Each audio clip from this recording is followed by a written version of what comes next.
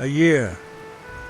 1 full year since Lydia arrived in Whiterun, nameless and wounded. Time doesn't heal everything, but it's good at sharpening what's left. She didn't pray for peace, not anymore. She prayed for clarity, for strength, for one more day with purpose.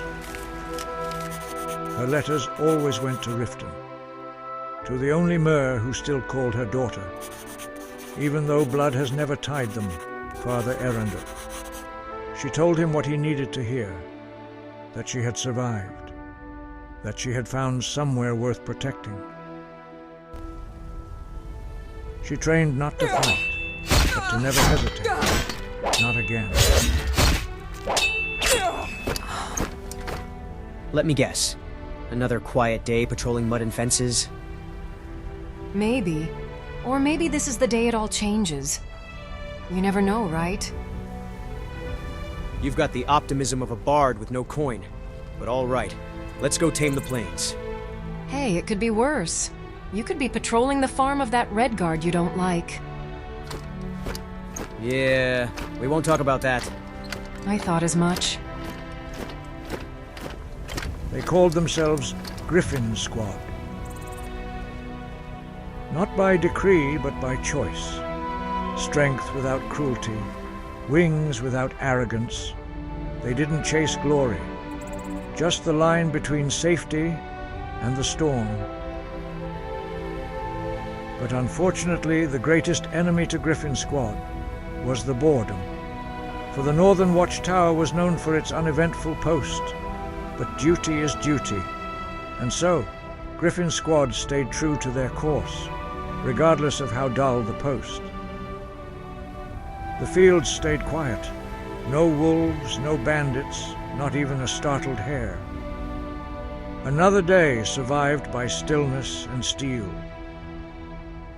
And as the sun dipped low beyond the Whiterun walls, Griffin Squad traded their swords for tankards, and silence for song. Those two idiots are back at it again? I just had the floors mopped. I swear they never learn. Nothing like a good old-fashioned fool-off. Think we should stop them before one of them overdoes it and spills it all over the place? Let them have at it. They haven't spilled blood all month. Might as well spill mead. I'm still holding out hope for a real fight, you know. If it comes, it comes. Till then, this isn't the worst battlefield. Spoken like someone who's found peace. I can respect that. More like spoken like someone who knows what peace looks like when it's taken away from you. So, I welcome these quiet times, because we both know a day will come when things won't be so dull. Until then, I'm content spilling mead and watching Hroki and Tor drinking their woes away while sharing a drink in good company. To good times, then. To good times. While laughter echoed into the night and the scent of spiced mead clung to the rafters, Lydia returned to something steadier. She had no need for noise or numbness. Her peace came from repetition. Each push-up pressed into the floor like a vow. Each breath a reminder that strength wasn't always loud. But when the body had nothing left to prove, the mind sought something higher. And lately, she found it in the pages of history. In the story of a man who became a god. Talos. For she didn't worship blindly. She studied, questioned, and believed with intent. For life in Whiterun hadn't saved her completely, but it had given her what she needed, the chance to start over.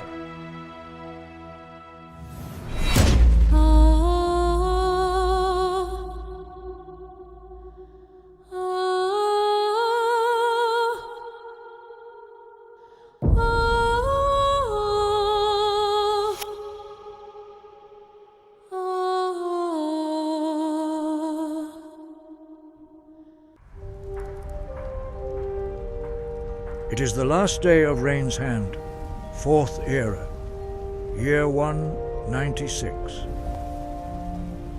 Morning came soft to Whiterun, light slipping over the hills like a whisper, the city stretching awake beneath sky-swept clouds. Another quiet day promised calm winds, watch rotations, and the same questions asked by guards everywhere. Will anything happen today, or will time just march on the silence? You ever wonder if all this discipline is just to keep us from falling asleep on duty? It's working, isn't it? Barely. I spent half of yesterday watching a mud crab waddle across the field. Almost took bets on how far he'd get before slipping into the stream. You know what you need? You need a hobby that doesn't involve wagering on crabs, or deer, wolves, or any type of animal that has anything to do with the wild. Hey, Griffin Squad makes its own entertainment. Roki thinks there's a ghost near the tower. That's exciting, right? Roki once lost a staring contest with a torch. I wouldn't trust him with ghost sightings. I'm just saying, Felgrim. Ha, that was one time. Still. Would be nice if something actually happened today. Something we could write home about. That is, if we weren't already home. Careful what you wish for. Peace is undervalued these days. And so is excitement. I say we compromise. Something small. Scuffle by the stables. Maybe a runaway goat situation. Wishful thinking at best, Felgrim. Good morning, Griffin Squad. Wait a second. That is... Housecarl Irileth. Good morning, ma'am. At ease. Which one of you is guide for Griffin Squad? The guide? For Griffin Squad? Oh, that would be Lydia, ma'am. That would be me, Master Housecarl Irileth. How can Griffin Squad be of assistance, ma'am? Reports have come in. Swindler's Den, Northwest Ridge. Bandit activity has been confirmed. Captain Caius and I are authorizing a raid. Griffin Squad has been selected to lead the operation. Finally. I mean, we're ready, ma'am.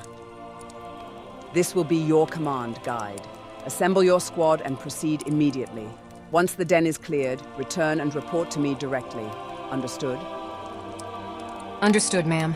We'll leave within the hour as directed and report back to you. Good luck, Griffin Squad. I can't believe it. This is it, isn't it? Well, you got your excitement. We should go tell Roki and Tor immediately and give them the good news. Sorry. I'm a little jittery at the moment. I can't believe this is actually happening. It's fine, Felgrim. Get your gear. I'll find Tor and Roki before they get too deep into the tavern stock. Yeah.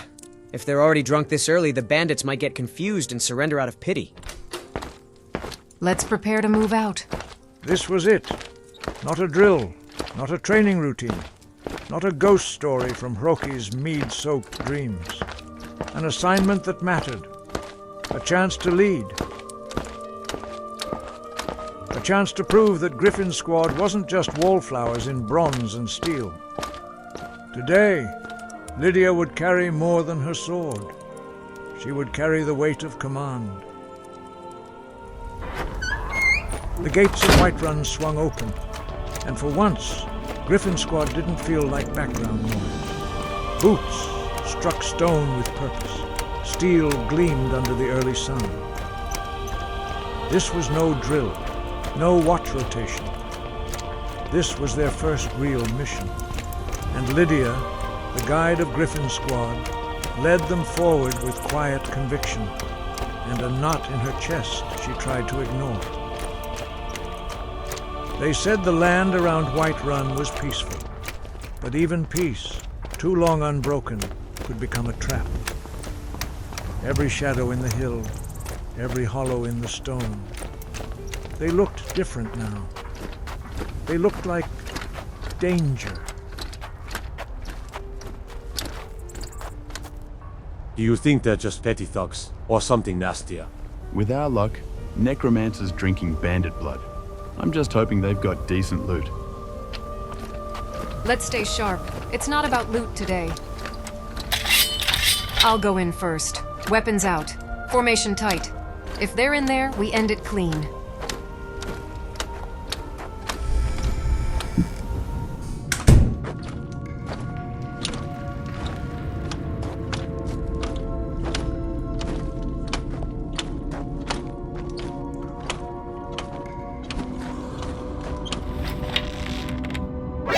You picked a bad time to get lost. Kill them! Engage!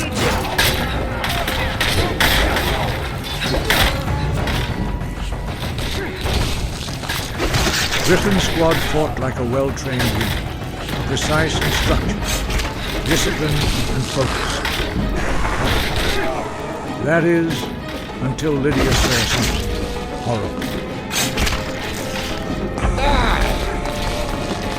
Oh, no, you don't! I'm gonna split your belly like an old woman's purse. No, no! You'll never have what Vasha has. What you gonna do, huh? What you gonna do? No! Get away from me!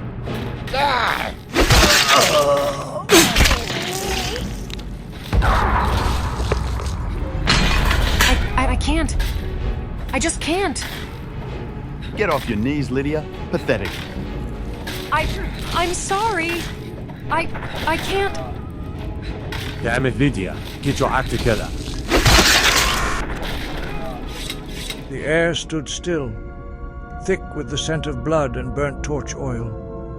Around her, the others moved like clockwork, checking crates, logging satchels of coin and stolen wares. But Lydia, she hadn't moved. She sat there, silently remembering. You'll never have what Vasha has.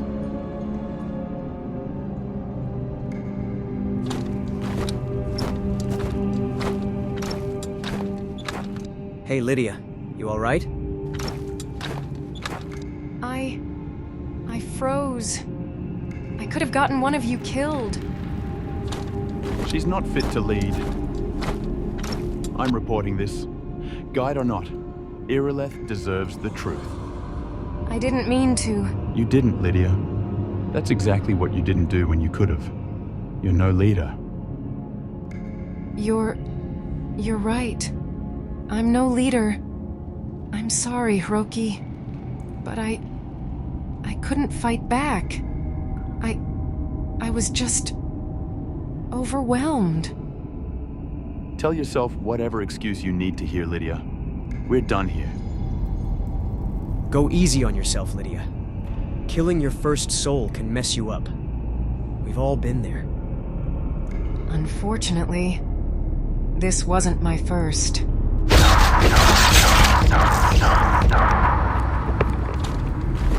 You'll have to tell me all about it someday. But for now, let's get out of here.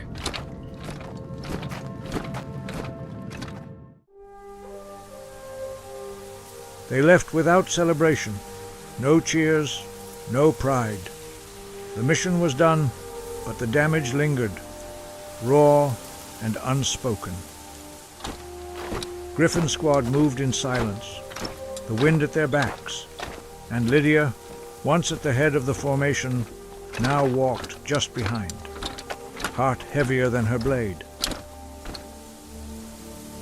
Once back at Dragonreach, the weight of action gave way to consequences. Honor and failure shared the same hall, and what was earned in one breath could be lost in the next. And though the objective was secured, our guide was incapacitated. No orders, no guidance. It nearly got us killed, ma'am. Must have been a frightening situation. It was, ma'am.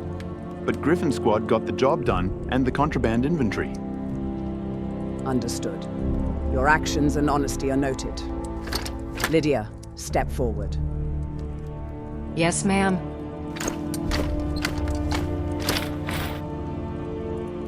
Lydia of Griffin Squad, you are hereby relieved of your duties as guide. Hiroki will assume as guide, effective immediately. I understand, ma'am. I accept full responsibility for my actions today. You stumbled, but every warrior does. It's how you carry the wound that defines what comes next. You're not finished, Lydia. Not by a long shot. Permission to speak freely, ma'am. Granted. With respect, she let us down. I won't forget that. Nor will she. You're all dismissed. Report to rotation schedules tomorrow. Aye, ma'am. Remember this, all of you. Command isn't about being flawless. It's about standing back up, even when your knees still shake. That's what earns respect. That's what holds the line. Roki, I'm sorry. I let you all down today. Look, Lydia, it's nothing personal.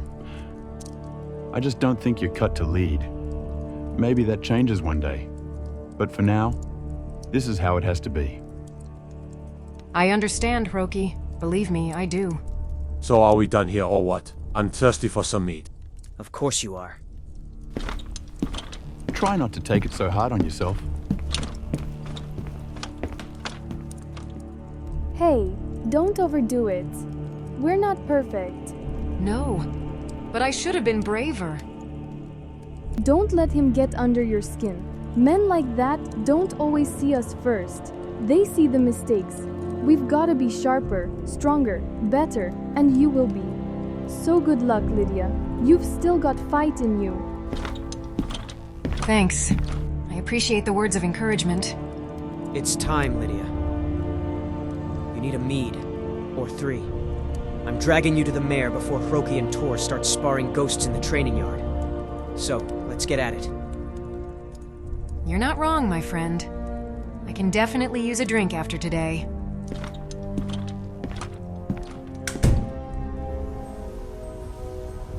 As the sun sank over Whiterun, the city held its breath in amber quiet. The day had brought wounds of pride and echoes of doubt. But it had also left something more stubborn in its wake. Hope. And a lot of ale. 1,000, I tell you.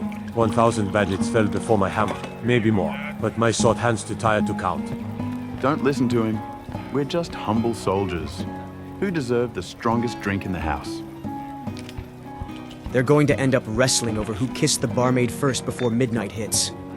Again. Tor thinks every mead barrel holds a song, and Hroki's been trying to win someone's heart since sun's dawn. And yet you're the one they say cracked under pressure. Yup, irony is grand. And the gods have no shortage of irony, that's for sure.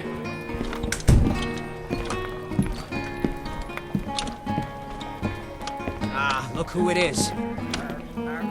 Griffin Squad. Word reached Dragon's Reach before the mead cooled.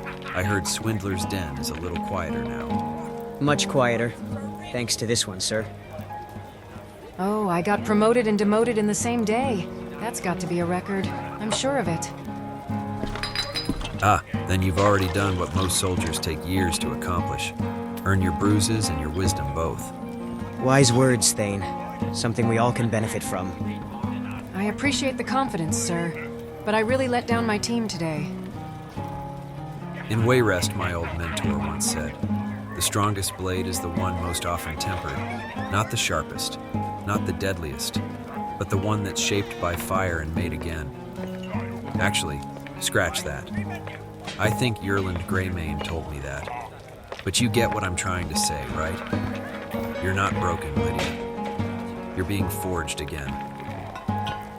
You see, I could have told her that. But it sounds better with a Breton accent.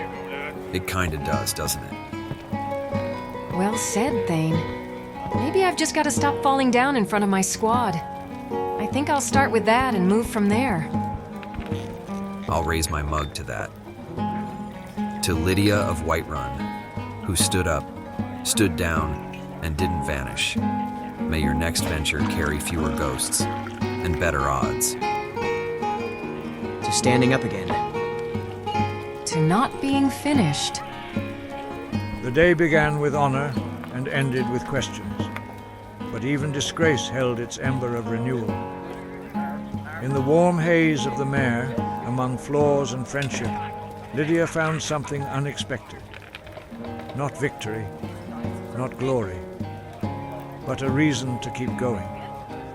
And sometimes that's enough.